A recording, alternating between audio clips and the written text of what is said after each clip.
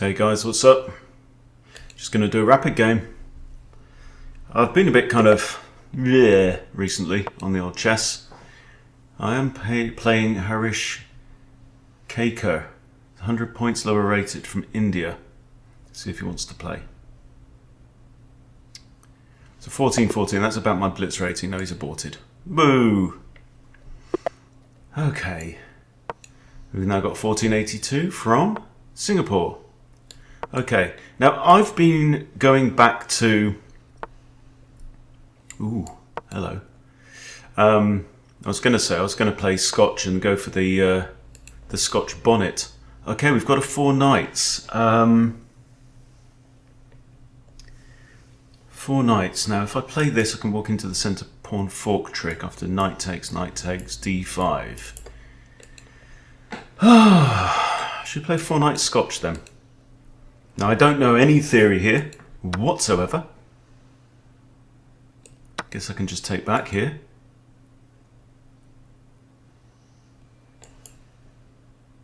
Doesn't work right now. Okay, queen takes. Okay. So I've got a queen out on the board. My opponent only has the one knight. Alright, now, it's tempting to pin. But then I do have long castles, getting my rook on d1. Which I kind of like. But also, if I push, pawn takes, we trade queens, lose castling rights.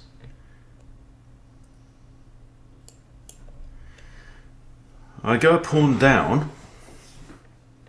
He has a pawn here. Tradey. His rooks are slowed down from entering the game. Both my bishops are free. Come on, let's go for it. Let's go for it.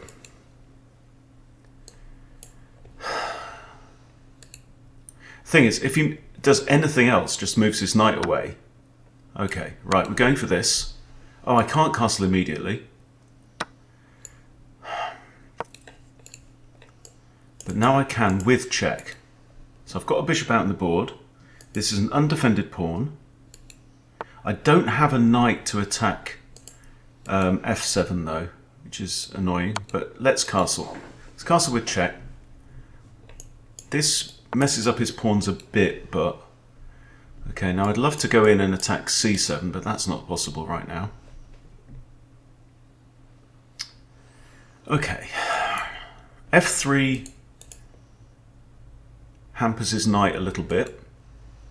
So what are we wanting to do here? What's critical? Well, I'm castled. Opponent isn't. I also noticed that this knight can't actually move because I've rook d8 mate. So, is this a trap? If knight takes, rook d8, I believe is mate. If knight doesn't take, I'm threatening to win the knight, the rook here. That's got to be good for me. I know I'm playing this like blitz. I've only been playing blitz for the last few days.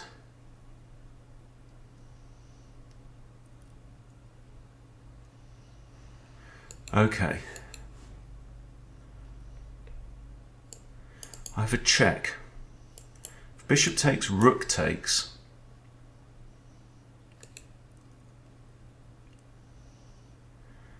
I wouldn't mind getting one of his bishops off the board, and this actually forces one of his bishops off the board, doesn't it? There takes, rook takes. Go on.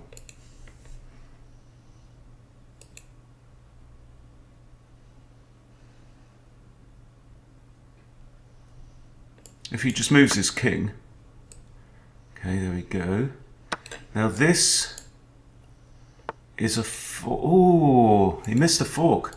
He could have forked. Was that an error on my part? Well, now the knight's actually pinned.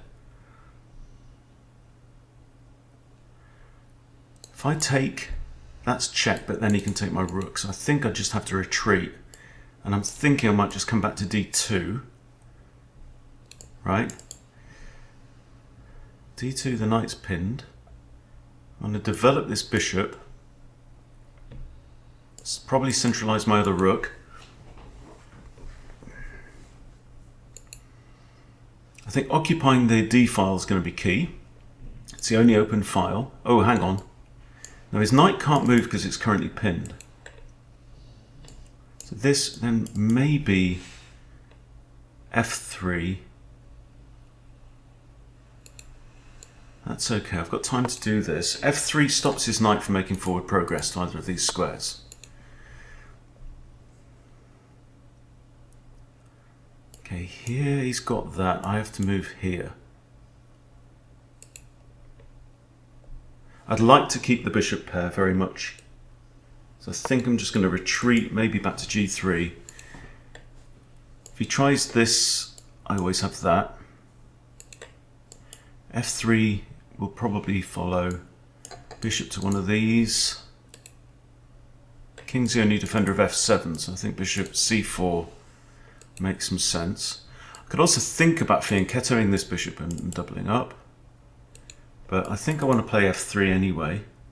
F3 also hampers that bishop as well from coming here. So it's quite a useful square. This, he can still put, okay. Now is that more tempting? There.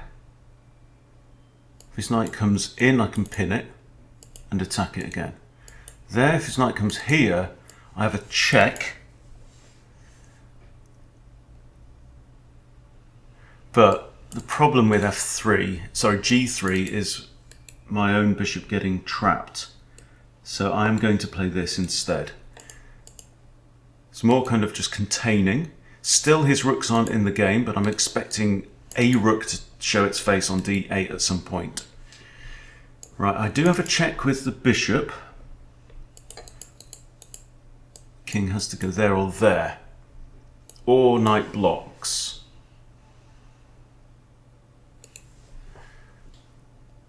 If the knight blocks, then my bishop's looking at D8. Quite like the idea of getting the bishop off the back rank. Then I've got a choice of doubling my rooks either on the D file or on the back rank. But on a board like this, I am still a pawn down. Has to be said, I'm a pawn down. That is odd.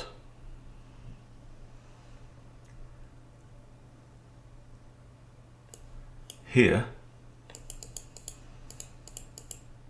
Can't go there. So we can't go there either now that the knight's moved. So doesn't this force the king out into the board? That surely must be good for me. Can't see any downside to that. King here I think is now forced because there's nothing that can block. Now this, okay, here he's going to have that, isn't he? Now I could skewer the king, right? Skewer the king, king moves. Okay, this bears careful thought. I've got 12 minutes 45 seconds. And there's got to be something good in all of this. Here, and this pawn's undefended.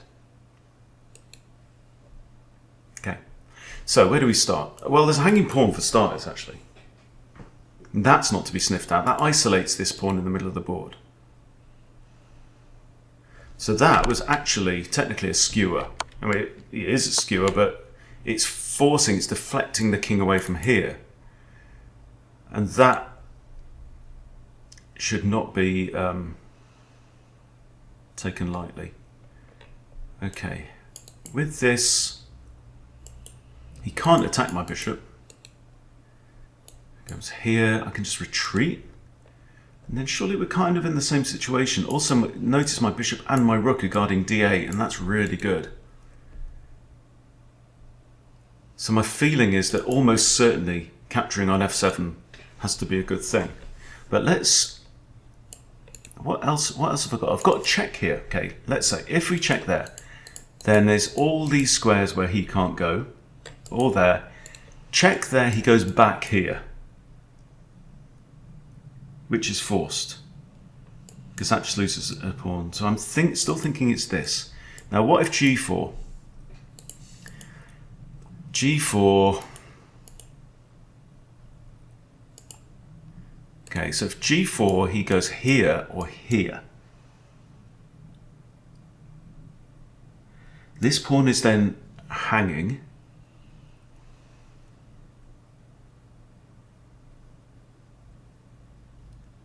I can't check with a rook there. I'm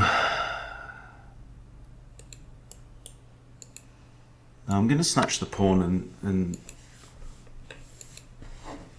take stock. I like the fact I've got two bishops. I like the fact now that I've isolated this pawn. Still got the option to come round. I could still take the knight and force this rook off the back rank, just kind of constraining it a little bit. Okay.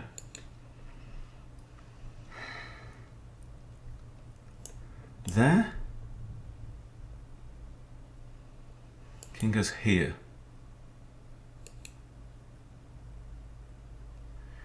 My bishop's got lots of mobility. It's going to be hard for him to trap it unless he wants to trade it for his own bishop. He might want to force that. So do I just want to get my bishop the hell out of there? The knight can't make forward progress. Feel like this is the kind of just case where what's important is just hang on to my bishop. Because he might try some nonsense like this. So I am just going to retreat my bishop now.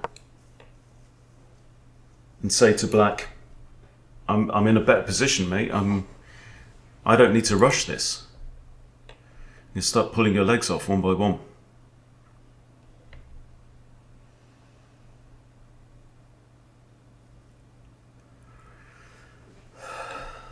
This attacks the pawn. Pawn can go there, just gets itself traded off. Attacks the pawn, he goes here. Trades there. Pin the knight on the king.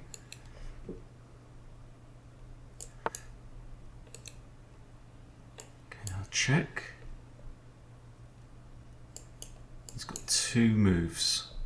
That one walks into another check. Almost mate. Almost mate. I don't want to trade the bishop off. Now let's have another look at this. Has anything changed there? No, because the knight's back. He can just retreat that way. Yeah, he can. He's got lots of options there. If I take the knight, he takes the bishop. Again, there's no reason at all. I come here, takes. That's okay. I think that's okay.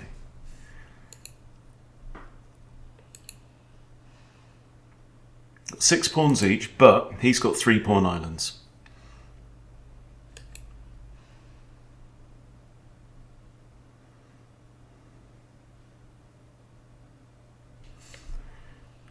Think about getting a rook over to here. It's on the dark square, so this bishop can never bother it.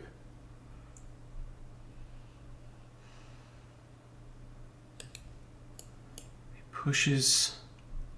Probably just take. Check. That actually loses the knight, doesn't it? Yeah. Okay, but now check here. Check here is no, no, no, no. Check here is forced here. Then that. How is that not checkmate? How is that not checkmate? He can't go there, he can't go there, he can't go there, he can't go there. He can't take the bishop. This is forced. That is game over. Or even that is game over. Isn't it?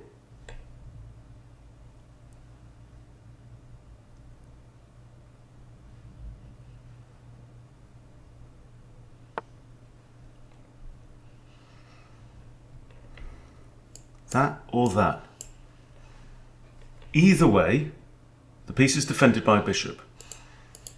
No, no. Oh, he's got that. Hang on. Ooh, right. It's not mate. It's not mate. He's got d4. Now, can my bishop cause any mischief? Because if I go like here, for example, he's got to go there, then this, and I think I win the bishop. Yeah? Rook e1 check. As previously established, you can't go to any of these squares.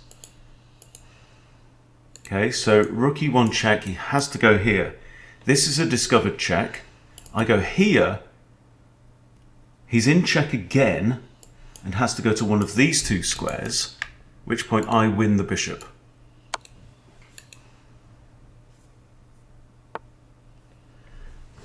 Right, here, then all of these squares are out because the rook covers. He can't go there because of this pawn, right? So that wins. Oh no, it doesn't win the bishop. Ah.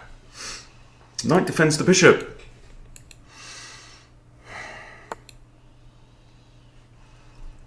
Okay, check again. Now my bishop's hanging though. Check again.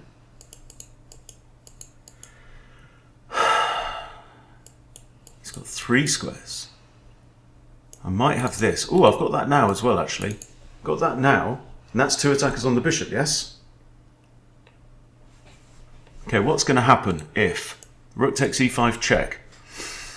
Rook takes e5 check. He's in check, can't go any of these or these. So he's got 1, 2, 3. Then I win the bishop. Might even be able to throw in another check, we'll see. But I think winning the bishop is probably going to be enough. I'm only a pawn up at this point. We've both got 2 minor pieces left. So I think winning the bishop is good. He's got 1, 2, 3. Now, I have another check here, which can't be blocked. But then he's got 1, 2 ideas. So I think now we just grab the bishop, right?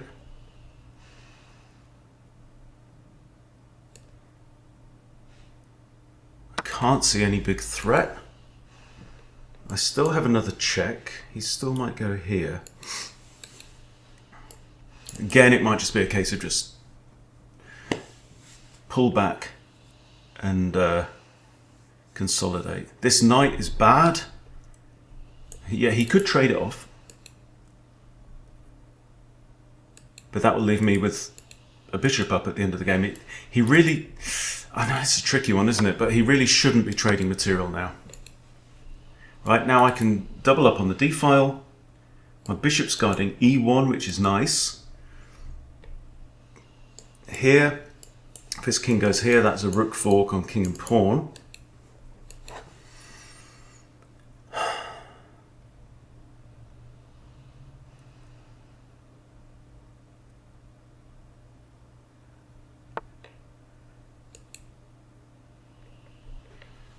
Okay, do I throw in the check?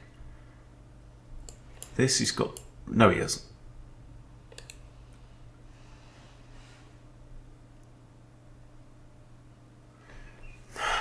Sure, he shouldn't be trading material now.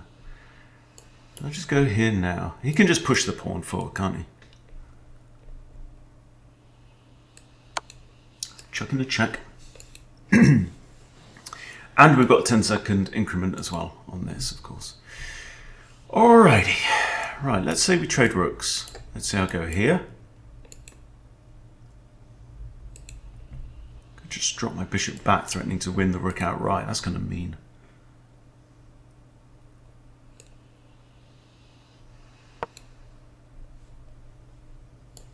Takes... No, again, I just completely overlooked something. Thought his king was on a dark square. It ain't. Okay. How do I just defend?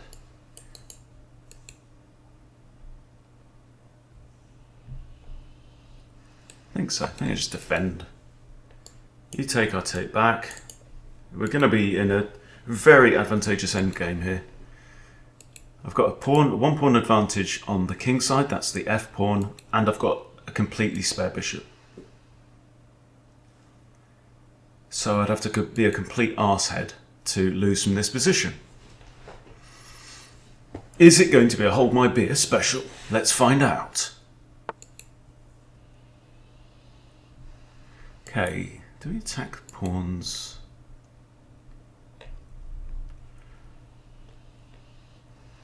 I think I just come here and say, look, I'm going to try and trade off. Takes. Let's say like bishop here, right? Bishop here. He can't play rook e1.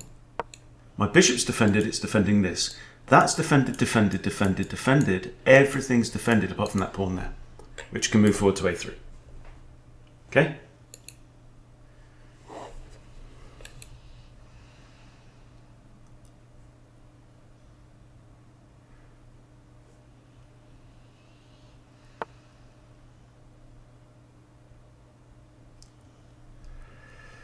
Alright, so how do you win a position like this? I've got h4.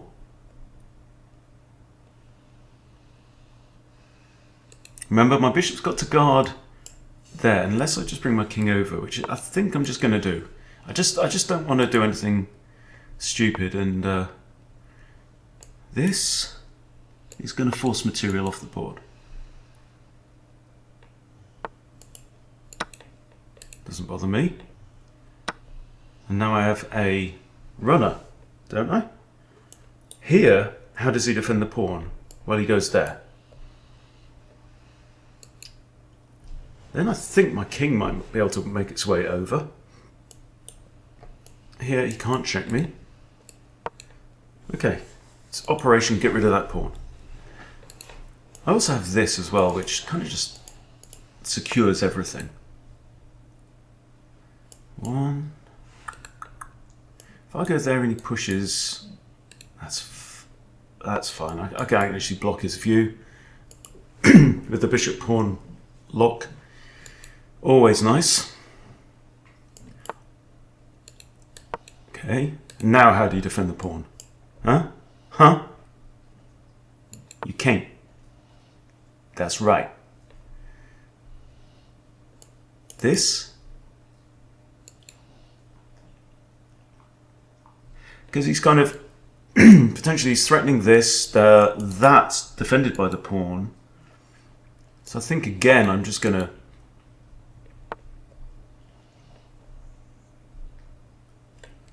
he wants to go there. He can't go there. You can't go there or there. If I come here, I'm hitting the pawn mercilessly. You can't go there, right? The pawn is mine. He's probably going to give check. I can just maybe zigzag my way out of it.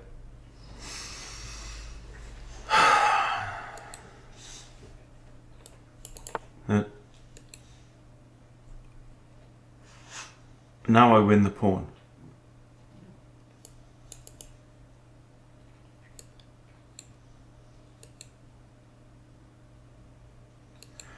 Okay, I'm now up a bishop and two pawns, and they are connected and passed. That, friends, should be that. He's only got a rook to play with. Now what do we do? Now I think we bring the king out. I mean, I could block with the bishop. But why? What's the point in that? Blocking with the rook makes more sense because it's more forcing. But now these two pawns together should be able to work as a team and just shuffle their way up. Defended by a bishop, defended by... I might get my king up there. Here.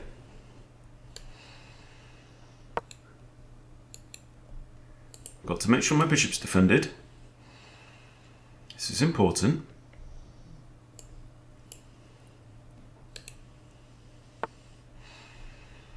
Okay. Just that.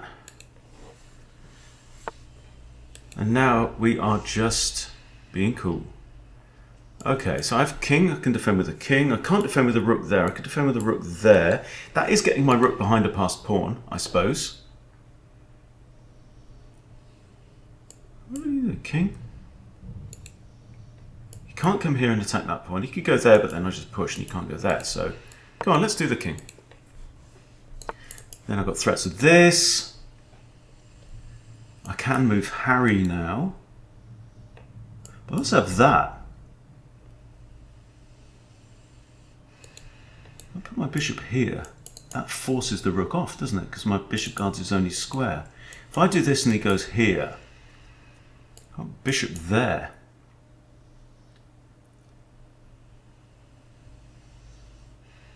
And he goes here. So I'm going to try this first, I think. Because if I force his rook off, then there's literally just no way of stopping the h-pawn. This is the point of that move. It's guarding c5, then rook e4, and there's nowhere to run to, baby, nowhere to hide.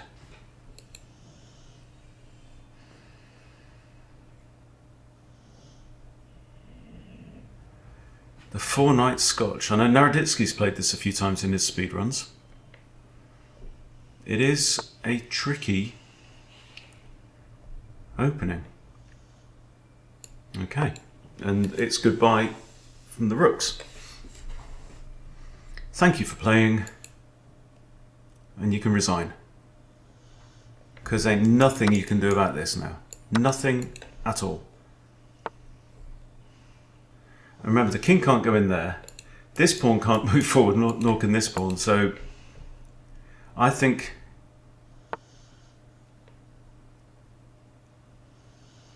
unless you are trying some weird trick of stalemating yourself. But is that mate? It certainly is. Sweet. Okay, quick look at the game review. Fringe. This is one of those games where you feel like you're completely on top of your opponent and it says actually you did 61% accuracy. Boom. That'll do. I'll take 84.9 any day of the week. And my opponent, to his credit, played 80%. But I had 2 misses. Did you see them? What were they? I don't know. And that's why we analyse our games. 1800, okay. Okay. Played a splendid opening. Faultless, apparently. I did alright in the middle game. Okay, a quick review. This is where you look for, what did I miss? What are the holes in my play? Okay, the Four Knights Scotch. Black is slightly better, apparently. Shouldn't have taken. Black is not slightly better. White is over a pawn better now. What should he have done? Just out of interest. Yeah, pinning the defender of this pawn. Developing a piece. Right? It's called principles, son. Principles. Okay, not good. Because then Hunty gets all like, oh look, tactics. And forgot about what we're doing. But still, apparently I played an excellent opening with this mistake. And we're still in the opening. So how did I get 100% if you said I made a mistake? And that's inaccurate again. Just took a free pawn with check. Why didn't I think of that? Anyway, excellent. Splendid. Again, going in with the tic-tacs. I missed an opportunity, but I am right though, wasn't I? That would be checkmate. Yeah, that would be checkmate. Good. So, but it wasn't. Okay.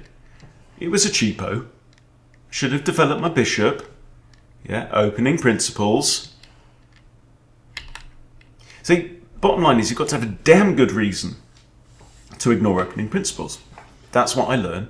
And I learn this normally 3 or 4 times a day. Yeah, it's like giving up coffee. I'm really good at giving up coffee. I'm so good at giving up coffee, I've done it 20, 30 times, you know, that kind of thing.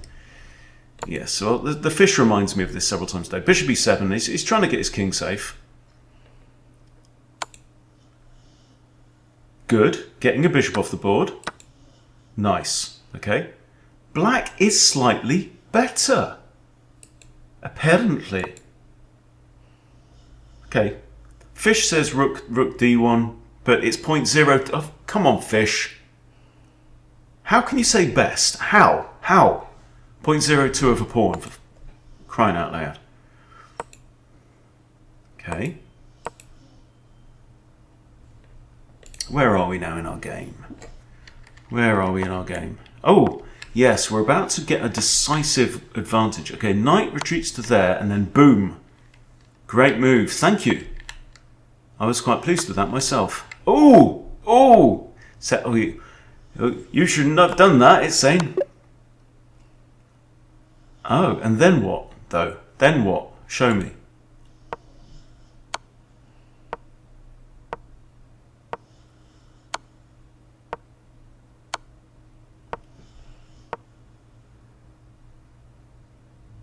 Okay.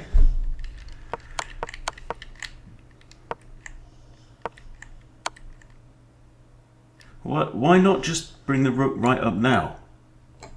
Hang on.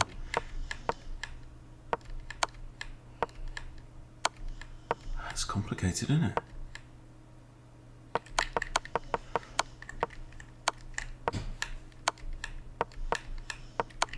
Anyway, so here we are back in the game. Okay, so I snatched the free pawn because I'm thinking, look, the objective of the game is to win. I had a better way. Go on then. Astonish me.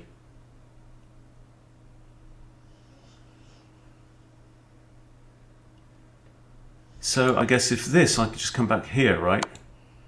With check, and the king moves to f6. Then I trade off, but I didn't want to trade off bishops. So I had a good reason for not moving it that way. Oh, okay. Here, it is saying g4. But again, it's 0.04 pawns, fish. Okay, this is a... Oh, I had mate in 3. What? So mate in 3, starting with bishop g3. Is that what we played? Yes. Here. And now bishop takes e5, guarding both of these squares, and then finishing off with a flourish. Wow! But this is still mate in 2, apparently. Forced. Oh, okay, so bishop f2 now. Bishop f2.